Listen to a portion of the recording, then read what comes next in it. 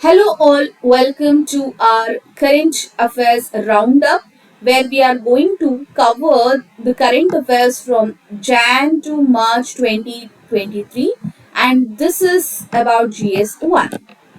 So the first important news topic we are going to see is about the Archaeological Survey of India's protected monuments. It was in news because the Ministry of Culture had recently told the Parliamentary Standing Committee that 50 of India's 3,693 centrally protected monuments, that is CPM, were missing.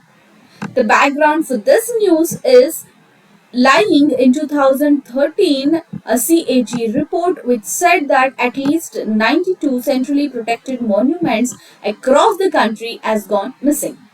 But since then, 42 CPMs have been identified by the Archaeological Survey of India. Now you can ask the question, how can a monument go missing?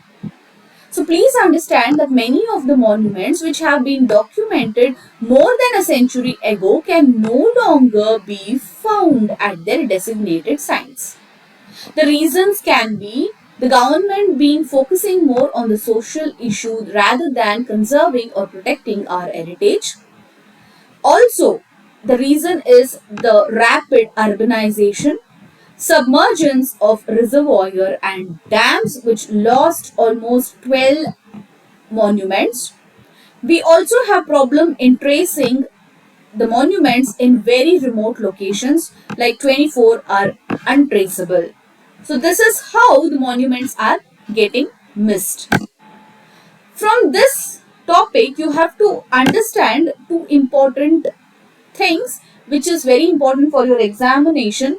First is how a monument can go missing. The second one is about the Archaeological Survey of India. In this year's prelims questions, you have got question on the archaeologists. So please keep in mind that the archaeologists and the Archaeological Survey of India have become a very important topic from the examination of point of view, and it has been asked in our examination. So the Archaeological Survey of India is an attached office of the Ministry of Culture. It is in charge of the protection and maintenance of the centrally protected monuments, which is declared under the Ancient Monuments and Archaeological Sites and Remains (AMSAR) Act 1958. So please understand, in 1861, Alexander Cunningham realized the need for a permanent body to oversee the archaeological excavations and conservation and founded this Archaeological Survey of India. So Lord Curzon in 1899 to 1905, where he was in India, passed a law in 1904 which is called the Ancient Monuments Preservation Act of 1904, which made the destruction of ancient monuments as an offence and directed the officials to collect and preserve ancient monuments. The next important news about is the United Nations Department of Economic and Social Affairs, simply called UNDESA, has published this World Social Report of 2023. The theme is leaving no one behind in an aging world. And yes, we are moving towards an aging population in the world demographics. So the background is rooted in the UN Charter, which guides the UNDSA towards the 2030 Sustainable Development Goals. And this reports will help the countries make informed decisions by providing the information through publications, databases, and international deliberations at the UN General Assembly, ECOSOC, etc. Now, what are the highlights of this report? The society will be more older, and more than double the number of people age 65 plus will be more than double from the current population, and the world is growing older. The population is aging and is defining the global trend of the time and has begun or is expected to begin soon in all the countries and areas. The people are going to live longer, which is an inevitable result of the demographic transition, and more are older than ever before. There has been spectacular improvements in health and survival and reductions in fertility have driven this momentous shift. Now, China's population has been dropped. This is the very next important topic. After you're seeing that the societies are getting older, the next important topic is connected here with the China's population drop, and we Indians have become the most populous country in the world. So China's National Bureau of Statistics says that its population has fell down from 1,411.8 million in 2022 from 1,412.6 million in the previous year. So this is a very landmark event for a country like India, as it became the most populous country of the world. So what has been the reason behind this shifts of China's population drop and India becoming the most populous country? The reason first lies in mortality. Means a country's population increases with a reduction in the relative number of deaths, while the population growth slows or reverses with a declining fertility rates. The crude death rate is nothing but the number of persons who are dying per year per thousand of population, which was 23.2 for China in 1950 and 22.2 for India. So now it has fell down to single digits of 7.3 in 2020 and 7.4 for India. Another mortality indicator is the life expectancy at birth. Between 1950 and 2020, the birth or the life expectancy at birth went up from 43.7 years to 78.1 years for China, and for India it was 41.7 to 70.1 years for India. The second important factor is fertility. The total fertility rate is the number of babies and average women who is aged between 15 to 49. This is the child bearable age she bears over her lifetime was as high as 5.8 for China and 5.7 for India in 1950. But the 2020 census says that China's fertility rate was 1.3 births per woman. The total fertility rate has fallen sharply for India too. That is from 3.4 to 2 between 1992 to 93 and 2019 to 21. So the total fertility rate of 2.1 is considered as the replacement level fertility. That is, a woman having 2 children replaces herself and her partner with 2 new lives. Please understand this concept. The total fertility rate is nothing but the number of babies an average woman who is between the productive age, that is 15 to 49, where she can bear her child. The replacement level fertility is a woman having 2 children replacing herself and her partner with 2 new lives. Okay. So why is India's population increasing while China's is shrinking? The China's one-child policy, which was from 1980 to 2015, has helped China to prevent nearly 400 million births. The sustained laws are necessary. That is, degrowth requires the total fertility rates to remain below the replacement levels for extended periods, and it will reflect only after a couple of generations. The China's total fertility rate dipped below the replacement first in 1991, which was almost 30 years before India's. The next important topic is about monocropping. This was in news because the impact of monoculture rubber plantation on the non-human primates and plant diversity has been happening in South Tripura. Now, what is the importance of this non-human primates? Please understand, the non-human primates are of central importance to the tropical biodiversity and various ecosystem functions. They are humans' nearest biological relatives, and they play very significant role in many societies' livelihoods, cultures and religions as per the paper. These primates will help in pollination, for also seed dispersion and seed germination of many plants, and they are essential seed predators in some ecosystems. So you cannot undermean the importance of this non-human primates. Now, what are the important findings from this paper? They say the conversion of the tropical forests into monoculture plantations has a major effect on non-human primates and the plant species. For example, you are turning the forest into a natural rubber plantations in Tripura. This is negatively impacting the non-human primate species and vegetation in the region because they are interlinked.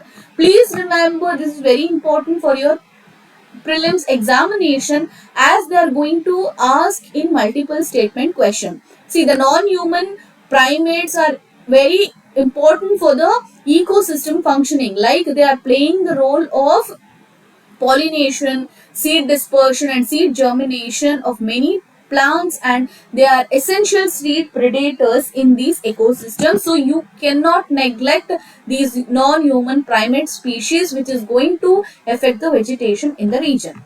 So the humans are overusing the world's tropical forests, and as per the World Wildlife Fund, every year about 1,40,000 square kilometers of forest has been lost. A large proportion of the primary forest in India has been converted into monoculture plantations like tea plantation, oil palm plantation, tea palm plantation and natural rubber plantation. So now how is it going to impact on the animals? The number of monkeys in the rubber plantation area is much lower than the nearby forests, and the primates spend less time in the rubber plantations. So due to the growing rubber plantations, they do not get enough food, which makes their survival very difficult. That's why they are going to spend less time in the rubber plantations. And this is going to threaten the species, and the primates can go extinct, disrupting the environment's natural state. So now what are the solutions suggested here is building a eco-friendly rubber plantations, combining rubber trees with fruit trees. Various plants should also be kept intact to provide shelter or food for arboreals. The agroforestry system is very important point. Please remember, the agroforestry system will mix the rubber trees with economically viable species, so that these primates will get their food from these ecosystem and also helps in the vegetation. So what are the other impacts? Growing same species year after year can also lead to unsustainable environments, disease pressure and reducing the particular nutrients in the soil. So this monocropping can lead to deforestation too. It reduces the availability of certain nutrients and degrades the soil. It also leads to soil exhaustion when the soil becomes depleted of the nutrients. The next important topic is about M-Sand projects. It was in news because Coal India Limited, that is CIL, has envisaged processing the fragmented rock, which is known as overburden rocks, for sand production in the mines. This overburdened rocks material contains about 60% of the sandstone by volume, which is harnessed through crushing and also processing of overburden. This is a very important examination topic. This is M sand. Please understand what is this M sand. It is a form of artificial sand. It is manufactured by crushing large hard stones, mainly rocks or granite, into fine particles, which are then washed and finally graded. This is an artificial sand. Okay. It is widely used as a substitute for river sand and for construction purposes.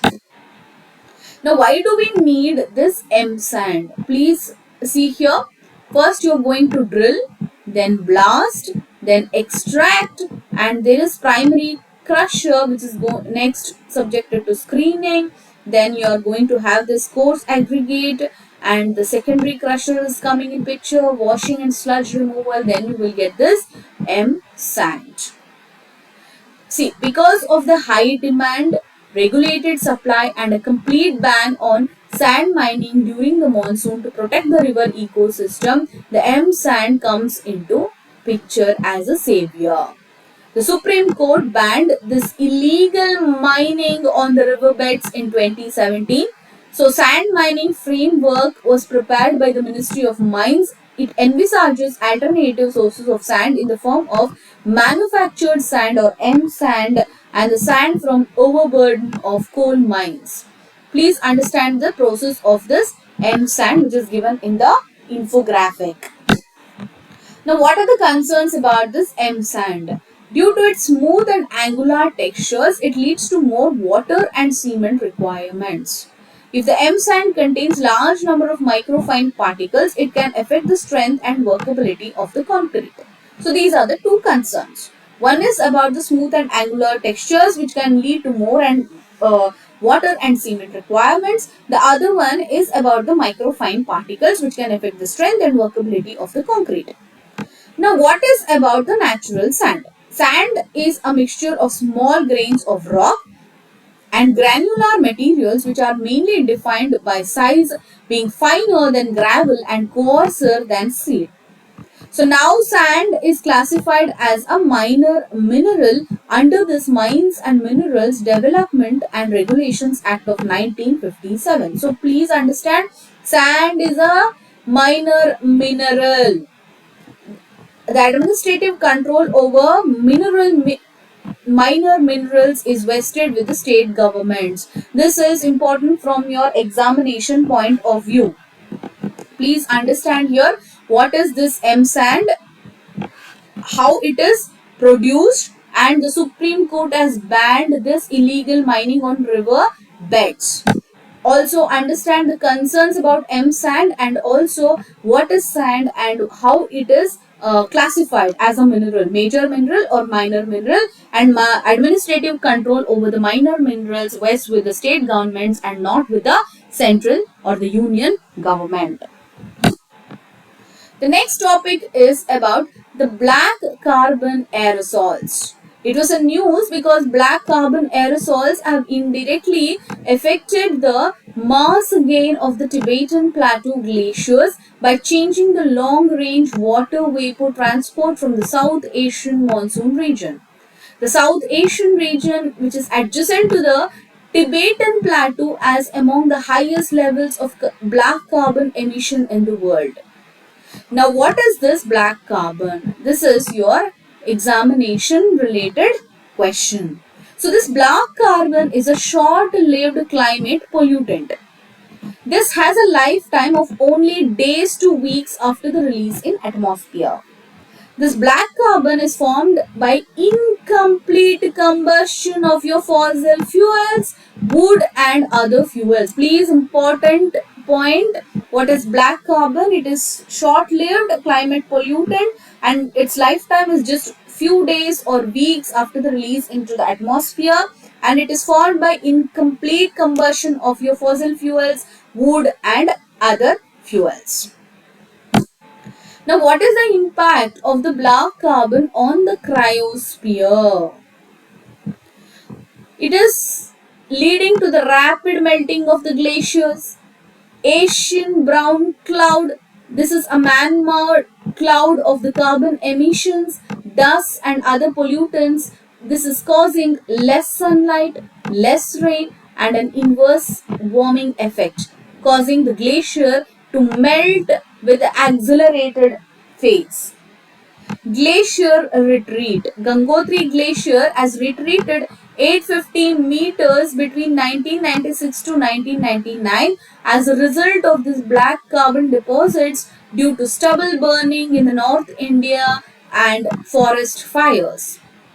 Increasing glacial lakes, changes in the snow albedo, and also impacting the livelihood. Respiratory and cardiovascular health impacts on the humans. So these are the impacts of the black carbon on the cryosphere.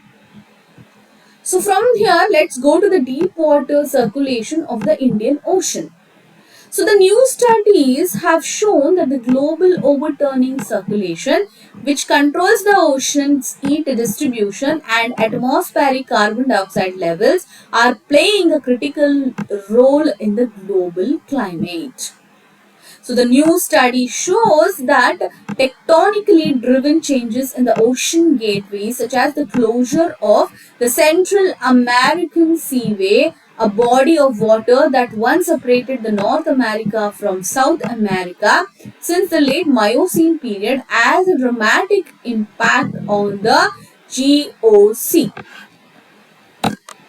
Now, what is this GOC? GOC is global overturning circulation. This is a equatorward transport of cold, deep waters and the poleward transportation of warm, near surface waters. The Atlantic meridional overturning circulation is one part of this circulation apart from the Pacific deep water, Southern Ocean meridional overturning circulation, etc. As you can see here the North Atlantic current, the North Atlantic deep water and the upwelling and surface cooling. And see here it is happening between the North America and South America, and it is influencing the global climate including Indian monsoons. So this Atlantic meridional overturning circulation has undergone exceptional weakening in the last 150 years compared to the previous 1500 years. The climate models have suggested that AMOC will weaken over the 21st century as greenhouse gases are going to increase.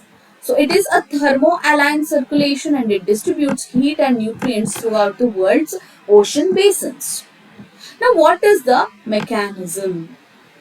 This is going to carry warm surface waters from the tropics towards the northern hemisphere where it cools and sinks. Please understand, it is going to take the warm waters from the equatorial region to the polar region so that it is going to cool off. Understand? So it is going to take the warm surface waters and it is returning to the tropics and then to the South Atlantic as a bottom current. From there, it is distributed to all ocean basins via the Antarctic circumpolar current. So the reason behind this is because of global warming. It can cause a weakening of the major ocean systems of the world. This is also due to melting of glaciers. The Arctic ice is called the last ice area which has been melting, and the fresh water from the melting ice reduces the salinity and density of the water, and the water is unable to sink as it used to because it has reduced salinity and density, and this is going to weaken the AMOC flow. Warming of the Indian Ocean is also the reason because the Indian Ocean warms faster and faster. It regenerates additional precipitation and reduces the precipitation in the Atlantic Ocean. This causes the higher salinity in the waters of the tropical Atlantic. The saltier water as it comes north via AMOC will get cold much quicker than usual and it is going to sink faster. The next one is Indus Water Treaty. As you can see, Indus forms a very important river system in the Indian subcontinent.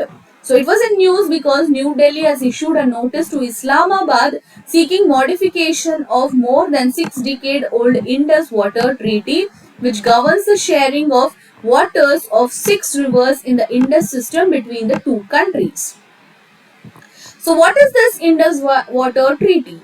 It is a treaty which was signed in 1960 between India and Pakistan and was brokered by World Bank, and it is one of the most successful treaty which is still functioning and brokered by World Bank. So now what is this Indus Water Treaty?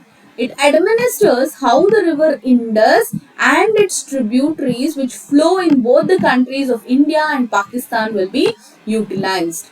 The rights of water usage. The treaty is dividing the Indus system into 2 segments. One is the eastern rivers, the next one is the western rivers. Eastern rivers is Satluj, Beas and Ravi. Western rivers are Indus, Chenab and Jhelum. So India is getting the right of unrestricted use over the eastern rivers, while Pakistan is entitled to the unrestricted use of the western rivers. So India is getting unrestricted use of the eastern rivers, which is Satluj, Beas and Ravi. Pakistan is entitled to the unrestricted use of the western rivers, that is Indus, Chenab and Jhelum. So now India is under the obligation to let flow the western rivers unrestricted. However, since Indus flows from India, the country is allowed to use 20% of its water for irrigation, power generation and transport purposes. Both India and Pakistan have right to non-consumptive use and rights of drainage issues and river conservation aspects. So it also has solution for the dispute resolution. That is, a permanent Indus Commission was set up as a bilateral commission to implement and manage this Indus Water Treaty, solve disputes arising over the water sharing. Article 8 of the treaty, both sides are expected to meet at least once a year to discuss the bilateral problems. But after the Uri attack in 2016, India had suspended the routine biannual talks between the Indus commissioners of the two countries, stating that blood and water could not flow together. The withdrawal from the treaty. Experts suggest that India can exercise the sovereign right of a state under Article 64 of the Vienna Convention to withdraw from any international treaty. So now what has India sought to modify the treaty now? India's notice. India has given a 90-day notice to Islamabad for discussing, debating, interpreting and analyzing the fault lines of water diplomacy of both the countries. The construction of idle projects. New Delhi accuses Pakistan's refusal in implementing the treaty as it repeatedly raises objections to the construction of the idle projects on the Indian side. Also, the Kishan Ganga hydroelectric project on river Jhelum, which is also called Neelam in Pakistan. Rattle hydroelectric project on Chenab. Parallel adjudication. Pakistan had approached the World Bank to constitute a court of arbitration, whereas India sought for the appointment of a neutral expert for the dispute redressal. On the request of both India and Pakistan, the World Bank decided to appoint a neutral expert and a chairman for the court of arbitration.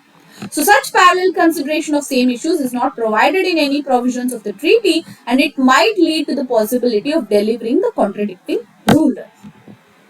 So now, what is the dispute redressal mechanism laid down under the treaty? So the dispute redressal mechanism under this Article 9 of this Indus Water Treaty is a graded 3-level mechanism under the commissioner, neutral expert and a court of arbitration. The commissioner, whenever India plans to start a project under the Indus Water Treaty, it has to inform Pakistan that it is planning to build a project. So now if Pakistan opposes it and asks for more details, it has to be clarified between the two sides at the level of the Indus commissioners. Neutral expert. If it is not resolved under the commissioner, then the question becomes a difference, which has to be resolved by a neutral expert, and at this stage the World Bank comes into picture. The court of arbitration. If it is not resolved even by the neutral expert, or that the issue needs an interpretation of the treaty, then that difference becomes a dispute and goes to the court of arbitration. Now what is going to lie for us? That is Article 12(3) of the treaty says that India's invoked is not a dispute redressal mechanism but a provision to amend the treaty. So an amendment or modification can happen only through a duly ratified treaty which is concluded between the purpose of the two governments. As of now, it is not clear what happens if Pakistan does not respond to India's notice within 90-day period. India has not spelled out exactly what it wants in the modified treaty, but over the last few years, India uses the Indus Water Treaty as a strategic tool as it has a natural advantage of being the upper riparian state.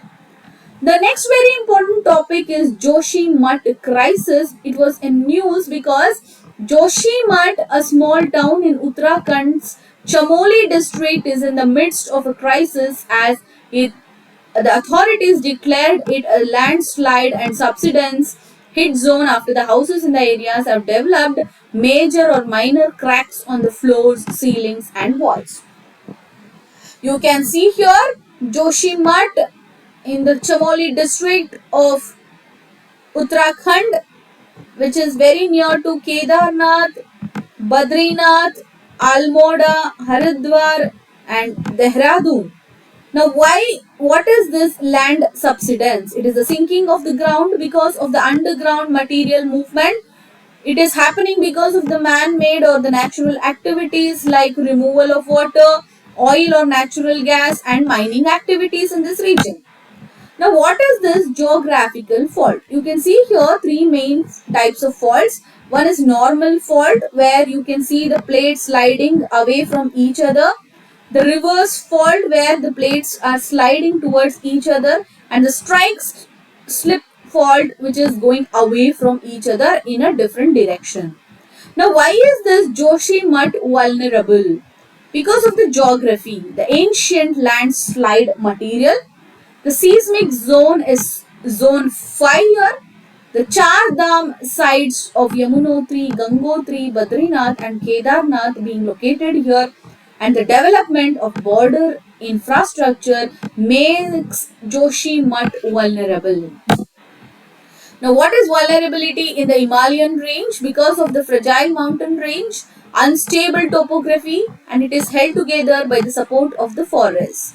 The concerns are the extreme weather events which happened in 2013 in Kedarnath floods, soil and water degradation, decline in the natural springs and the increasing landslides. See, the formation of Himalayan range itself makes it very vulnerable to natural disaster, because you have the India-Australian plate going down and the Eurasian plate coming up. And because of this, you have this Himalayan mountains formation and the Tibetan plateau formation, and it is in zone 5 of the seismic zones. Now, the next important topic is about the Jain community protest. It was in news because the Jains are protesting in Gujarat, Rajasthan, Madhya Pradesh, Maharashtra and Delhi over the demands related to the two holy sites. And the two holy sites are Parasnath Hill in Jharkhand and Shethrunjai Hills in Gujarat. Let's see what is this Parasnath Hill. This Parasnath Hill is in Giridih district of Jharkhand. They say the Parasnath is the 23rd Tirthankara.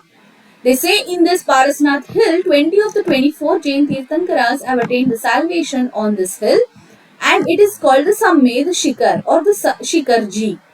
The Santal tribes are living here and they celebrate this Marang Buru festival, and they say this is the hill of the deity. The Shvetambara Panchatirth consists of the Ashtapad, Girnar, Dilwara temples, Shatrunjai and Shikarji. So this Shikarji is very important place from the Shvetambar Jains religious purposes. So it is a very important religious site of this Shvetambar sect of the Jains. And let's see about this Shethrunjai Hills. It is in Gujarat and it was built 900 years ago. They say that Adinath or the Rishabdev, who is considered as the founder of Jainism or the first Jain Tirthankara, had attained enlightenment in Palitana. So the Rishabdeva gave his first sermon on the hilltop of Shethrunjai. It was patterned by Kumar Pal Solanki and was destroyed by the Turkish invaders in 1311 AD. We will also see about this important topic, that is Bhima Koregaon battle. Since it is the 205th anniversary of this Bhima Koregaon battle, it is very important topic from your examination point of view. See, the 205th anniversary was observed at the Ranastambh or the Victory Pillar in the Purne village in Pune. The significance of this Bhima Koregaon battle is that Mahar soldiers of the British infantry won over the Peshwa Bajirao II forces on January 1st, 1818. So this is one of the last battles of the Third Anglo-Maratha Wars. The Jayastham was installed by the British in 1821, and Ambedkar's visit had made this Jayastham very remarkable as he visited this in 1st January 1927. The tidal disruption event is also very important because NASA operated telescopes have observed a massive black hole devouring a star. The significance of this tidal force is the tidal force. First, you should understand what is this tidal force. It is the difference in the strength of the gravity between 2 points. So, if the tidal force exerted on a body is greater than the intermolecular force that keeps it together, the body will get disrupted. This astronomical phenomena of the destruction of a star by the black hole is formally called a tidal disruption event. Now, what is this tidal disruption event? So, this occurs when a passing star gets too close to a black hole and it is torn apart into a stream of gas. So some of the gas eventually settles into a structure around the black hole and it is called an accretion disk. The gradual growth of this material bound to the black hole produces a short-lived flare of emission and it is known as the tidal disruption event. This helps the astronomers to study the impact of black hole's gravity on the materials around it. The next important topic is Sur Creek. The Sur Creek is a very important strategic location between India and Pakistan, and it starts from it is the starting point of maritime boundary between India and Pakistan, and the Sur Creek is considered to be one of the largest fishing grounds in Asia.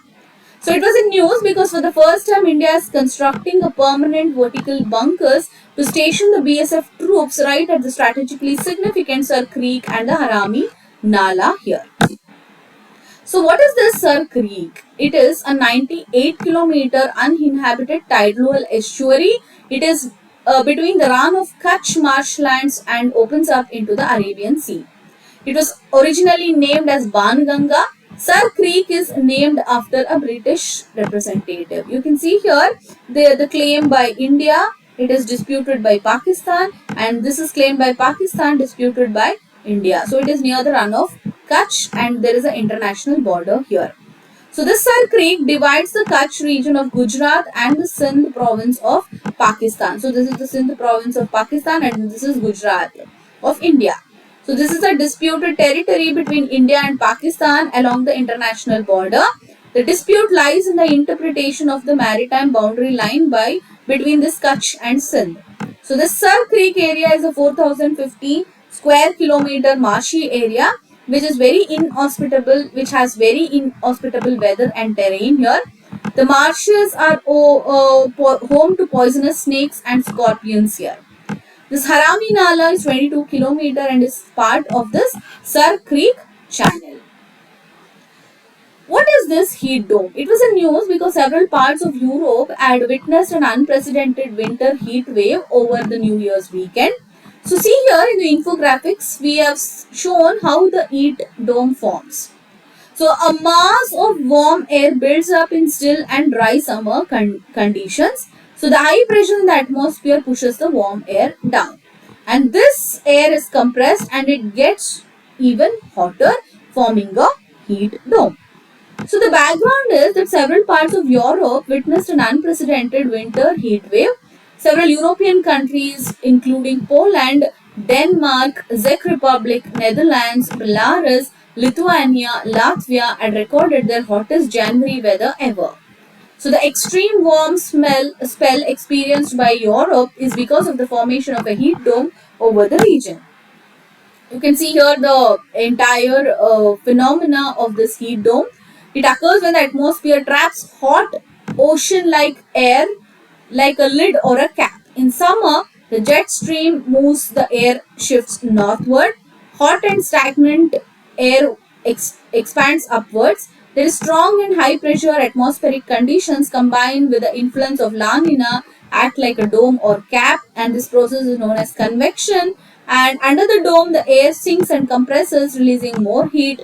As winds move, the hot air ease, the jet stream traps the air where it sinks, resulting in the heat waves. Okay, so there is high pressure everywhere and it sinks in to form a heat dome here, increasing the temperature. Now, what is this heat dome? It occurs when an area of high pressure traps warm air over a region like a lid on a pot for an extended period of time. The longer that air remains trapped, the more the sun works to heat the air, producing warmer conditions with every passing day. The heat domes generally stay for a few days, but sometimes they can extend up to weeks, which might cause deadly heat waves. When this warm air sinks, it gets drier and further raises the temperature of the area. So even when the dome is there, it is heat, and if it is sinking, then the area gets drier and the temperature of the area gets more. Ottan Tulal. This was in news because a traditional art form of Kerala, Tulal, that has a history of over 300 years was performed in Kerala school Kalolotsam in 2023. So this Tulal or Ottan Tulal is a recite and dance art form of Kerala and was introduced in 18th century by the famous Malayalam poet called Kunjan Nambiar.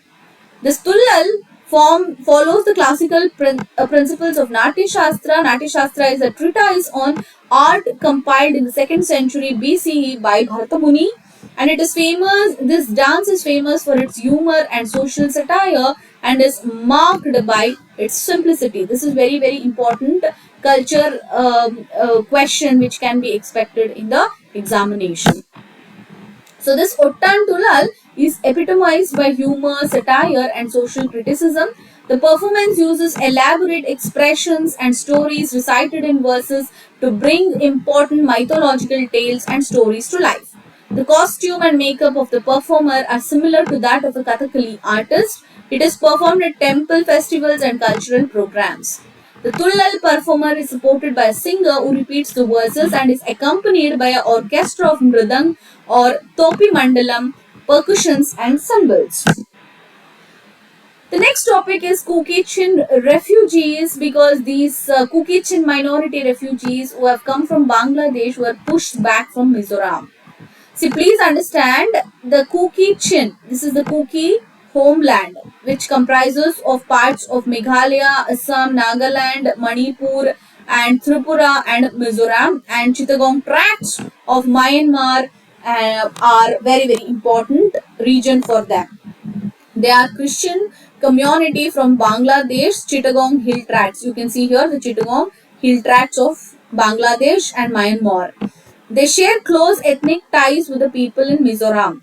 The Chins of Myanmar, Mizos of Mizoram and Kukis of Bangladesh are of same ancestry, and they belong to the Kuki ethnic group native to the Mizo hills.